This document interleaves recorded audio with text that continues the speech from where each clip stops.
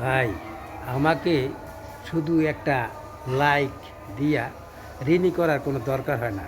কারণ ভাই, যদি ঋণী করতে হয় আমাকে আপনার, তাহলে গঠনমূলক একটা কমান্ড করবেন। ভাই, ওই কমান্ড ধরে আমি আবার আপনাকে কমান্ড করব। ভাই, এইভাবেই আমাদের পরিচিত লাভ করতে হবে।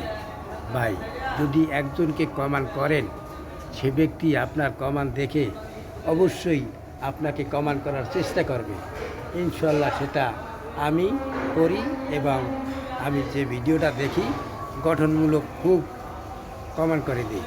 ভাই, ফুল সাপোর্ট করলে ফুল সাপোর্ট পাওয়া যায়।